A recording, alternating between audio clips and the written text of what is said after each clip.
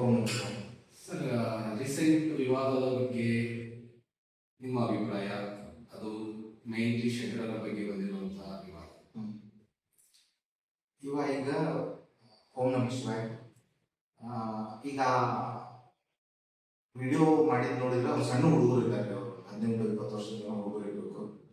So ಅಲ್ಲಿ serious matter ಏನಂದ್ರೆ ಹುಡುಗರು ಹೇಳಿದ್ದು ಸೀರಿಯಸ್ ಮ್ಯಾಟ್ರ್ ಅಲ್ಲ. ಆ ಹುಡುಗರು ಯಾವುದೋ ಒಂದು ಬುಕ್ ರೆಫರ್ ಮಾಡಿ ಮಾತಾಡ್ತಾರೆ.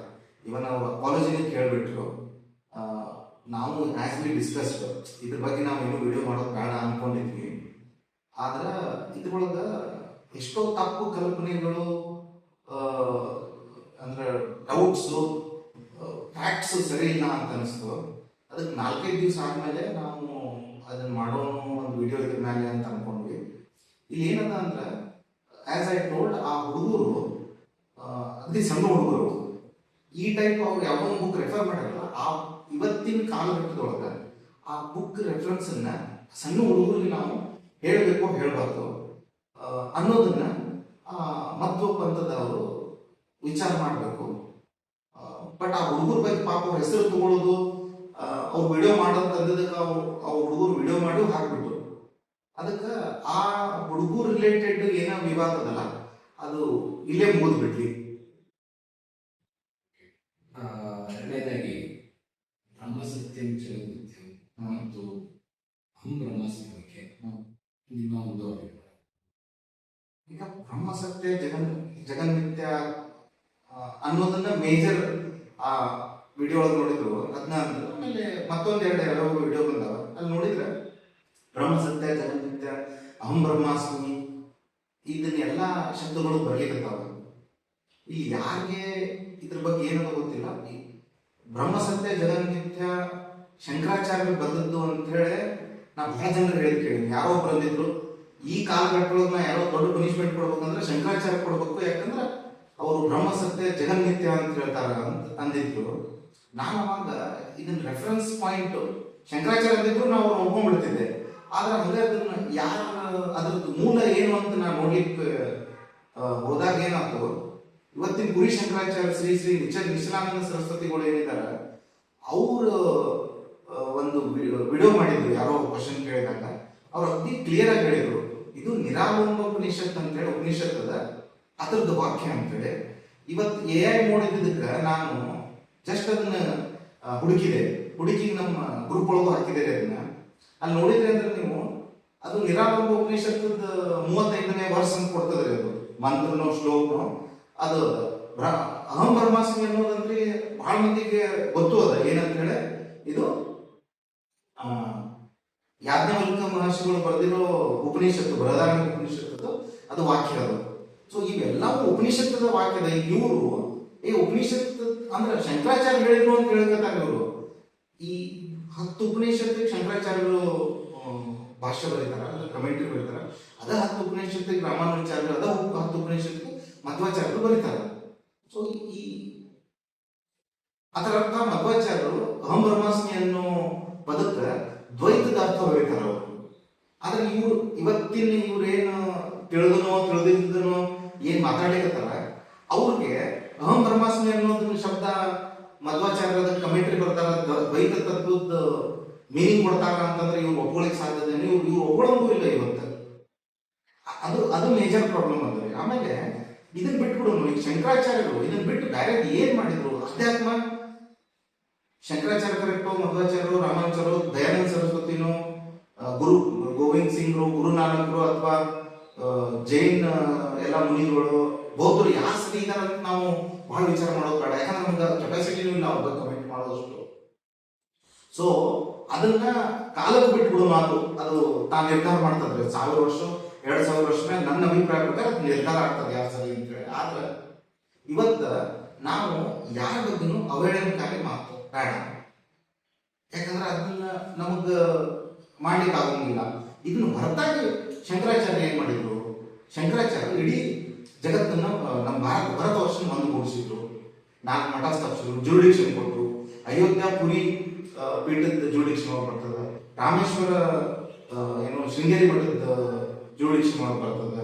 ಇದನ್ನೆಲ್ಲಾನು ಅಗದಿ ಏನಂತೀರಿ ನೀವು, ಅಗದಿ ಕರೆಕ್ಟ್ ಆಗಿ ಅವರು ಮಾಡಿ ಆಮೇಲೆ ನಮ್ಮಲ್ಲಿ ಆ, ಶಿವ, ವಿಷ್ಣು, ಶಕ್ತಿ, ಗಣಪತಿ, ಸೂರ್ಯ 5 ಮಂದಿ ಉಪಾಸನಾ ಪದ್ಧತಿ ಇತ್ತು. ಅವ್ರವ್ರು ತಮ್ಮಷ್ಟು ತಾಮ ಶ್ರೇಷ್ಠ ಅನ್ಕೋತಿದ್ರು. ಇದನ್ನ ಆಗಬಾರ್ದು ಅಂತ ಹೇಳಿ ಅವ್ರು ಏನ್ ಮಾಡಿದ್ರು, ಆ, ಒಂದು ಪಂಚಾಯತನ ಅಂತ ಹೇಳಿ ಒಂದು ಪೂಜಾ ಪದ್ಧತಿ ಶುರು ಮಾಡಿದ್ರು. ನಿಮ್ ಇಷ್ಟು ದೇವರನ್ನ ನಡುವೆ ಇಟ್ಟು 4 ದೇವರನ್ನ ಸುತ್ತ ಇಟ್ಟು ಪೂಜಾ ಮಾಡ್ರಿ ಅಂತ ಸ್ಟಾರ್ಟ್ ಮಾಡಿದ್ರು. ಆಮೇಲೆ ಒಂದು ರೀಸೆಂಟ್ ಆಗಿ ಯಾವ ಅಂತ ಹೇಳ್ಬಿಟ್ಟೆ, ಆಕ್ಚುಲಿ ಮಂಡಲ್ ಮಿಶ್ರ ಒಂದು ಶಾಸ್ತ್ರಾರ್ಥ ನಡೀತು ಅಂತ ಹೇಳ್ತಾರೆ. ಅವರು ಪೂರ್ವದವರು, ಅವ್ರ ಮುದ್ದಾಂ ಇವ್ರು ಏನ್ ಮಾಡಿದ್ರು, ನಮ್ಮ ಶೃಂಗೇರಿ ಮಠಕ್ಕೆ ಮದ್ವೆ ಸ್ವಾಮಿಗಳು ಮಾಡಿದ್ರು. ಅಂದ್ರೆ ಸೌತ್ ನಾರ್ತ್ ಈಸ್ಟ್ ವೆಸ್ಟ್ ಒಂದು ಗೂಡಿಸ್ಬೇಕು ಅಂತ ಹೇಳಿ. ಇವತ್ತು ಬದ್ರಿ ಒಳಗ ನಂಬೂದಿರಿ, ಕೇರಳದಿಂದ ಹೋದ ನಂಬೂದಿರಿ ಬ್ರಾಹ್ಮಣರ ಪೂಜೆ ಆದ. ಆಮೇಲೆ ಕೇದಾರ್ನಾಥ್ ಒಳಗೆ ಕರ್ನಾಟಕದಿಂದ ಹೋದ ಲಿಂಗಾಯತರ ಪೂಜೆ ಆದ ಅಂತ ಹೇಳಿ. ಸೊ ಇವನ್ನೆಲ್ಲವನ್ನೂ ಹೇಳಿದ್ರು. ಆಮೇಲೆ ಎಲ್ಲಾ ಪೂಜಾ ಪದ್ಧತಿ ಒಳಗ ಎಲಿ ಅಡಿಕೆ, ಇದು ತೆಂಗಿನಕಾಯಿ, ಸೌತದಿಂದ ಅಕ್ಕಿ ಬೇಕು, ಕುಂಕುಮ ಬೇಕು, ಅರಿಶಿನ ಪಶ್ಚಿಮದಿಂದ, ಅದನ್ನ ಪೂಜಾದ್ರೊಳಗೆ ಅವರು ಮುದ್ದಾಂ ಅದನ್ನ ತಗೊಂಡ್ಬಂದ್ರು. ಯಾಕಂದ್ರೆ ನಾರ್ತ್ ಸೌತ್ ಈಸ್ಟ್ ವೆಸ್ಟ್ ಎಲ್ಲ ಕೂಡ್ಲಿ ಅಂತ ಹೇಳಿ ಅವರು ಇದೊಂದು ಪೂಜಾ ಪದ್ಧತಿ ಒಳಗೂ ಇದನ್ನೆಲ್ಲಾನು ತಗೊಂಡ್ಬಂದ್ರು. ಸೊ ಇವತ್ತಿನ ನಮ್ದು ಹಿಂದೂ ಧರ್ಮ ಅಂತ ಏನಂತೀವಿ, ಅಥವಾ ಸನಾತನ ಅಂತೀವಿ, ನಾನು ಅದನ್ನ ವೈದಿಕ ಧರ್ಮ ಅಂತ ಮುಂದೆ ಹೋಗಿ ಯೋಗ ಧರ್ಮ ಅಂತೆ, ಇದು ಉಳಿಲಿಕ್ಕೆ ಅವರಷ್ಟ ಕಾರಣ. ಕ್ವಾಂಟಮ್ ಫಿಸಿಕ್ಸ್ ಸ್ಟಡಿಯಲ್ಲಿ ಎಷ್ಟೋ ದೊಡ್ಡ ದೊಡ್ಡ ವಿಜ್ಞಾನಿಗಳು ಕೂಡ ದ್ವೈತ ವೇದಾಂತದ ಬಗ್ಗೆ ರೆಫರೆನ್ಸ್ಗಳನ್ನು ಕೊಟ್ಟಿದ್ದಾರೆ. ಇದ್ರ ಬಗ್ಗೆ ನಿಮ್ಮ ಅನಿಸಿಕೆ? ಹೌದು, ಈಗ ನೀವು ಲಾಸ್ಟ್ ಮೇ ಬಿ 50-60 ಇಯರ್ಸ್ ಇಂದ ನೋಡಿದ್ರೆ ಕ್ವಾಂಟಮ್ ಫಿಸಿಕ್ಸ್ ಅಂತ ಬಹಳ ಶುರುವಾಗಿದೆ. ನಮಗಂದ್ರೆ ಅದ್ರ ಬಗ್ಗೆ ಹೆಚ್ಚಿಗೆ ಗೊತ್ತಿಲ್ಲ. ಆದ್ರೆ ನಾವು ರೆಫರೆನ್ಸ್ ಪಾಯಿಂಟ್ ಅದನ್ನು ನೋಡಿದಾಗ ಎರ್ವಿನ್ ಶ್ರೋಡಿಂಗರ್, ನನಗೆ ಹೆಸರು ನೆನಪು ಬರಬಾರ್ದು ಈಗ, ನೇಲ್ಸ್ ಬೋರ್, ಇವ್ರು 3-4 ಮಂದಿ ಅವರೆಲ್ಲರೂ ಅದ್ವೈತ ವೇದಾಂತ ಅಂತ ರೆಫರೆನ್ಸ್ ಪಾಯಿಂಟ್ ಹೋಗ್ತಾರೆ.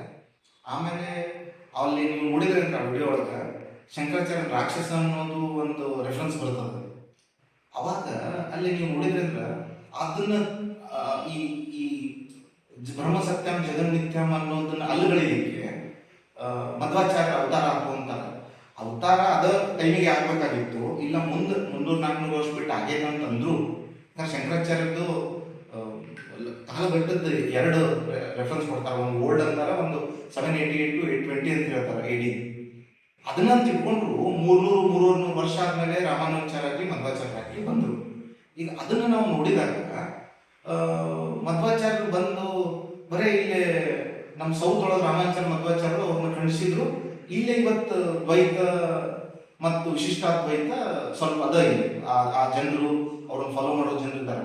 ಪೂರ್ತಿ ಭಾರತ ವರ್ಷಕ್ಕೆ ಯಾಕೆ ಅವರು ಅಡ್ಡಾಡಿ ಆ ಅದ್ವೈತನ್ನ ಖಂಡಿಸಬಾರ್ದಾಗಿತ್ತು, ಅದನ್ನ ಪುನರ್ ದ್ವೈತ ಆಗಲಿ ವಿಶಿಷ್ಟಾದ್ವೈತನ ಆಗಲಿ ಪ್ರತಿಷ್ಠಾಪನೆ ಮಾಡ್ಬೇಕಾಗಿತ್ತಲ್ಲ, ನಂದು ಕ್ವಶನ್. ಆದ್ರೂ ನಾನು ತಪ್ಪು, ಒಂದು ಶಂಕರಾಚಾರ್ಯ ರಾಕ್ಷಸ ಅಂದದ್ದು ರೆಫರೆನ್ಸ್ ಮಾಡಿದ್ದು ನಂದು mistake. I am sorry for that, ಕ್ಷಮಾ ಇರಲಿ. ಈವನ್ ನಾನು ಮಧ್ವಾಚಾರ್ಯನ 0.0001% ಅಲ್ಲ, ನಾನು ಅವ್ರನ್ನ ಓಕೆ ಶಾಸ್ತ್ರಾರ್ಥ ಮಾಡಿ ಖಂಡನ ಮಾಡ್ಬೋದು. ಆದ್ರೂ ನಾ ಅವ್ರ ಬಗ್ಗೆನೂ ಏನು ಈಗ ಒಂದೇ ಪಾಯಿಂಟ್ ಹೇಳಿದೆ ನಾನು, ಯಾಕಂದ್ರೆ ಅದು ರೆಫರೆನ್ಸ್ ಬಂದಿತ್ತಂತ ಒಂದು ಹೇಳಿದೆ. ಆದ್ರೆ ನಾವು ಯಾರ ಬಗ್ಗೆನೂ ಖಂಡನ ಮಾಡೋದು ಬೇಡ, ಯಾಕಂದ್ರೆ ನಾವು ಅಷ್ಟು ಎತ್ತರಕ್ಕೆ ಇನ್ನೂ ಬೆಳೆದಿಲ್ಲ. ಇವತ್ತಿನ ಕಾಲಘಟ್ಟದೊಳಗೆ ನಾವು ಏನ್ ಅನ್ಬೇಕು ಏನ್ ಅನ್ಬಾರ್ದು ಅನ್ನೋದನ್ನ ಅವ್ರ ಕರ್ಮಕ್ಕೆ ಧರ್ಮಕ್ಕೆ ಬಿಟ್ಟಿದ್ರು. ಕೊನೆಯದಾಗಿ ಈ ವಿವಾದದ ಬಗ್ಗೆ ನಿಮ್ಮ facts plus conclusion. Sir, facts ಅಂದ್ರೆ ಈಗ ಆಲ್ರೆಡಿ ಡಿಸ್ಕಸ್ ಮಾಡಿದ್ವಿ. ಒಂದು ಪಾಯಿಂಟ್ ಏನೋ ನಾನು ಮರ್ತೇನೆ ಅನ್ನಿಸ್ಲಿಕ್ಕದ. ಅದ್ರ ಕನ್ಕ್ಲೂಷನ್ ಏನಂದ್ರೆ, ಆಗಲೇ ರೆಫರೆನ್ಸ್ ಅದನ್ನ ಹೇಳಿದೆ, ಬೇಕಾದವರಾಗಲಿ ಅವ್ರು ಯಾರೇನಂತ ಗೊತ್ತಿಲ್ಲ, ಅದ್ವೈತಿಗಳು ನನ್ನ ವಿನಂತಿ ಏನಂದ್ರೆ, ಕೆಲವೊಂದು AI ಜನರೇಟೆಡ್ ಫೋಟೋ ಮಾಡಿ ಒಬ್ಬರು ದೊಡ್ಡವ್ರನ್ನ ಒಬ್ರು ಸಣ್ಣವ್ರನ್ನ ತೋರಿಸೋದು, ಯಾರೇನಂತ ಬೇಡ. ಅದ್ವೈತಿಗಳು ನನ್ನ ರಿಕ್ವೆಸ್ಟ್ ಏನು, ಮಧ್ವಾಚಾರ್ಯ ಬೇಕಾತು ರಾಮಾನುಚಾರ್ಯ ಬೇಕಾತು ಯಾವುದ ಒಂದು ಸಣ್ಣ ಕೆಟ್ಟ ಪದನು ಬರಬಾರದು. ಯಾಕಂದ್ರೆ ನಮ್ಮ ಸಂಸ್ಕೃತಿ ಒಳಗ ಅವರು ಗುರುಗಳು. ಶಂಕರಾಚಾರ್ಯ ಮಾಡಿದ್ದನ್ನ ಚರ್ಚೆ ಮಾಡಿ ಅವ್ರ ಅದ್ವೈತ ತತ್ವನ ಎತ್ತಿಡಿದ್ರು ಅಂತದ. ಅದಕ್ಕೆ ನಾವು ಚರ್ಚೆ ಬೇಕಾದ್ರೆ ಮಾಡೋದಾದ್ರೆ ಮಾಡೋಣ, ಯಾರಾಗಲಿ ಅದು ಮತ್ತೊಂದು ನಾನು ಆಗಲೇ ಮರೆತೆ ಅಂದ್ರೆ ಪಾಯಿಂಟ್ ಏನು ಪಾಯಿಂಟ್ ಅಂದ್ರೆ ಬ್ರಹ್ಮಸತ್ಯ ಜಗನ್ಮಿಥ್ಯ ಶಂಕರಾಚಾರ್ಯ ಅಂತಾರ ಅಂತ ನಾವು ಇಟ್ಕೊಂಡ್ರು ಅವರು ಬದರಿ ಒಳಗೆ ಹೋಗಿ ಬದರಿನಾರಾಯಣನ ಮೂರ್ತಿ ತಂದು ಪ್ರತಿಷ್ಠಾಪನೆ ಮಾಡಿದವರು ಅವರು. ನೀವು ಗುರುವಾಯೂರ್ ಹೋಗ್ರಿ, ತಿರುಪತಿಗೆ ಹೋಗ್ರಿ, ಎಲ್ಲ ಕಡೆನೂ ಕಂಚಿ ಕಾಮಾಕ್ಷಿ, ಮಧುರೈ ಮೀನಾಕ್ಷಿ, ಕಾಶಿ ವಿಶಾಲಾಕ್ಷಿ, ಕಾಮಾಖ್ಯ ಎಲ್ಲಿ ಹೋಗ್ರಿ ಎಲ್ಲ ಕಡೆನೂ ಶಂಕರಾಚಾರ್ಯರು ಪುನರುತ್ಥಾನ ಮಾಡ್ಯಾರ ಅಂತ ಹೇಳ್ಯಾರ. ಸೊ ನಾವು ಯಾವಾಗ ಜಗತ್ ಮಿಥ್ಯ ಅಂತ ಅನ್ನೋ ಮನುಷ್ಯ ಒಬ್ರು, ಪರ್ಸನ್ ಒಬ್ರು, ಮತ್ತ ಅದ ದೇವ್ರನ್ನ ಹೆಂಗ್ ಪೂಜೆ ಮಾಡ್ತಾರೆ ಇವರು ಮೂರ್ತಿಗಳನ್ನ ಇಟ್ಟು ನಮ್ಗೆ ಒಂದು ಸಣ್ಣ ವಿಷಯ ತಿಳಿಲಿಲ್ಲ ಮಟ್ಟಕ್ಕೆ ನಾವು ಇವತ್ತು ಡಿಸ್ಕಷನ್ ಮಾಡ್ರಿ, ಡಿಬೇಟ್ ಮಾಡ್ರಿ, ಮತ್ತೆ ಯಾವೊಬ್ರು ಕೇಳ್ತಾರ ಫ್ರೀಯಾಗಿ ಡಿಬೇಟ್ ಮಾಡ್ರಿ, ಡಿಸ್ಕಸ್ ಮಾಡ್ರಿ ನಿಮ್ಮ ಒಳಗೆ. ಸೊ ಅವಾಗ ಒಂದು ಉತ್ತರ ಬರ್ತದೆ. ಯಾರು ನಾವು ಕೆಟ್ಟ ಹೆಸರಿಗೆ ಕರೆಯೋದ್ರಾಗಂದ್ರೆ ಏನು ನನ್ನ ಪ್ರಕಾರ ಏನು ಅಂತ ಶಾಣೆತನ ಅನ್ಸೋಂಗಿಲ್ಲ. ಸೊ ಅದಕ್ಕೆ ಮತ್ತೊಮ್ಮೆ ಅದ್ವೈತಿಗಳ ವಿನಂತಿ ಏನಂದ್ರೆ ಬೇಕಾದಾಗಲಿ ಅದು ರಾಮಾನುಚಾರ್ಯ, ಮಧ್ವಾಚಾರ್ಯ, ದಯಾನಂದ ಸರಸ್ವತಿಗಳಾಗಲಿ,